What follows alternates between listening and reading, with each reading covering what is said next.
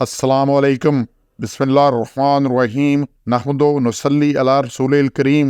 سورہ شعراء کے 9 مرکزی موضوعات میں سے ہمارا چوتھا مرکزی موضوع حضرت موسیٰ علیہ السلام ہے۔ اس کے 2 حصے ہیں۔ پہلے حصے کے 4 ضمنی موضوعات ہیں، جس میں سے دوسرا خصائل فرعون۔ فرعون کی خصلتیں کیا تھی؟ 5 خصلتیں اس صورت میں سے جو نکلتی ہیں۔ پہلی، ظالم لوگ تھے، بنی اسرائیل پر مظالم ڈالنے، اور دوسرا، مظالم کرتے وقت اللہ سے ڈرتے بھی نہیں تھے۔ یہ 10 اور 11 میں اللہ نے کہا کہ اللہ نے جب کہا موسیٰ علیہ السلام کو پکارا، کہا جا قوم ظالمین، ظالم قوم، ان لوگوں کی قوم کے پاس جا۔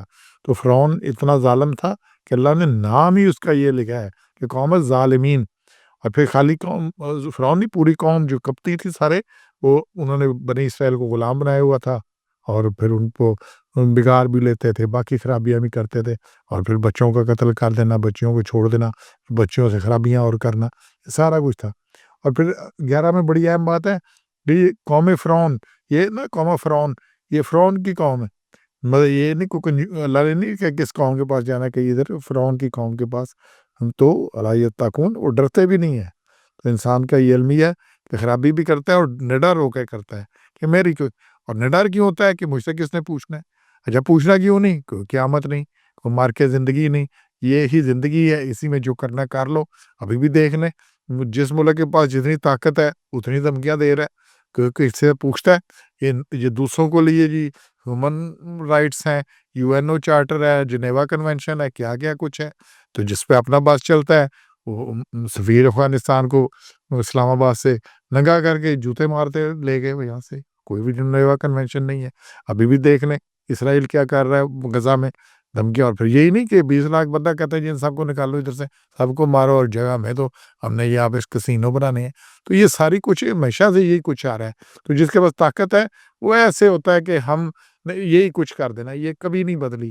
لہٰذا سب سے بڑی خرابی کمزوری ہے، سب سے بڑی خرابی کمزوری۔ جو کمزور ہے اس کے اوپر طاقتور نے چڑھ جانا ہے، اور اس کے لیے پھر بھیڑیے والی بات ہے، بہانوں کی کمی نہیں ہے۔ تو وہ ڈرتے بھی نہیں ہے۔ تو یہ ہر سے جو ڈرے گا، میری پیشی ہے، میرے آگے انہیں جواب دینا ہے، تو پھر اس کو سلسلہ یہ کہتے ہیں یورپ میں بڑا ہے، دبئی میں قانون کا خلاف ورزی نہیں ہوتی، سنگاپور میں کوئی گند نہیں پھینک سکتا، اس لیے کہ ایک قانون ہے وہاں پر، اور کیمرے لگے ہوئے ہیں، پکڑا جاتا ہے بندہ، پکڑنے کے بعد سزا ملتی ہے۔ جب سزا کا خوف ہو تو پھر ہی ہے۔ تو جسے سزا کا خوف نہیں ہے وہ پھر نڈر ہو جاتا ہے۔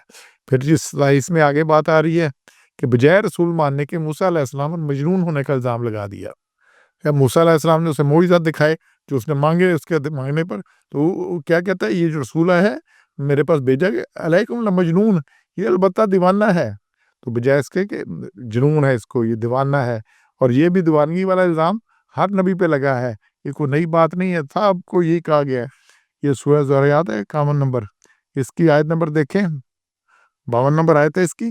اسی طرح اس سے پہلے جو بھی قبل ہی میں رسول، جو بھی رسول آیا پہلے، اللہ قالوا ساحر و مجنون، اسے جادوگر کہا گیا، دیوانہ کہا گیا۔ تو جادوگر، دیوانہ، جو رسول آئے اللہ نے یہ کہا سب کو کیا کہا گیا، جادوگر اور دیوانہ ہے۔ یہی جادو کرتا ہے، لوگوں کو یہ جادو کے زور سے پھیر دیتا ہے، اور دیوانہ ہے۔ اور پھر یہی بات نہیں، حضور اکرم صلی اللہ علیہ وسلم کا بھی یہی الزام لگا۔ سورہ کہف ہے 68 نمبر 68، اس کی 51 نمبر آیت ہے۔ تو انہوں نے کہا یہ جب سنتے ہیں قرآن تو یقولون، کہتے ہیں انہ لمجنون، یہ تو مجنون ہے، یہ تو باولا ہے، یہ تو اس سے تو جنون لاحق ہے، یہ سے پتہ ہی نہیں ہے۔ اور پھر یہی بات سورہ ہجر 15 نمبر، اس کی آیت 6 میں ہے۔ اور لوگ کہتے ہیں کہ یہ شخص تو پر جس پہ اترا ہے قرآن، یہ تو انک لمجنون، اللہ ذکر انک لمجنون، یہ تو مجنون ہے۔ تو دیوانہ، حضور صلی اللہ علیہ وسلم کو دیوانہ قرار دے دیا، کیونکہ بات ماننی نہیں۔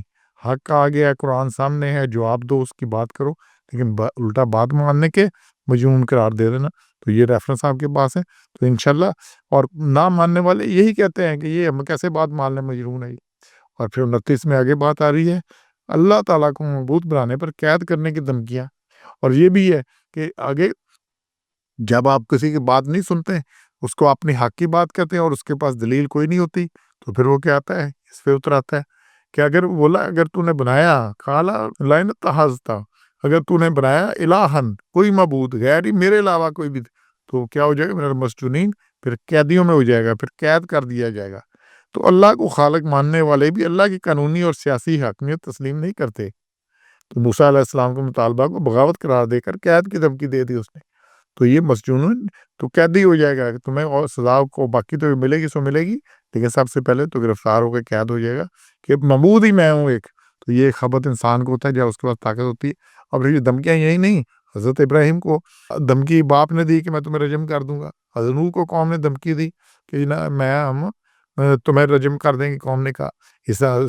سورہ یاسین میں قتل کر دیا گیا. بنی اسرائیل نے کتنے پیغمبر قتل کیے. تو دھمکیاں بھی دیتے ہیں پھر کار گزرتے ہیں.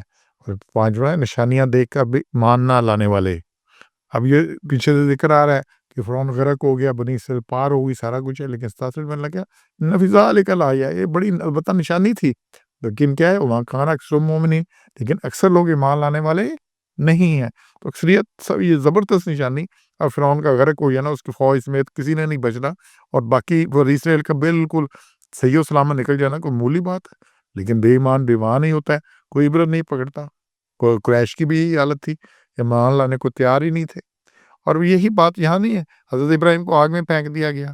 اب آگ میں کچھ نہیں جلایا ان کا، سوائے رسیاں جل گئیں جن سے ان کو باندھا گیا تھا. اچھا وہ آگ میں ساری قوم نے دیکھا، پھر کتنے ایمان لائے؟ ایک حضرت لوط صرف ایمان لائے ان کے اوپر. پوری قوم میں سے کسی کو توفیق نہیں ہوئی. تو نشانیاں دیکھ کر بھی کوئی ایمان نہیں لاتا. اس لیے ہم نے یہ خصلتوں میں نہیں پڑھنا. سبحان ربک رب العزت عما یصفون وسلام علی المرسلین والحمد للہ رب العالمین.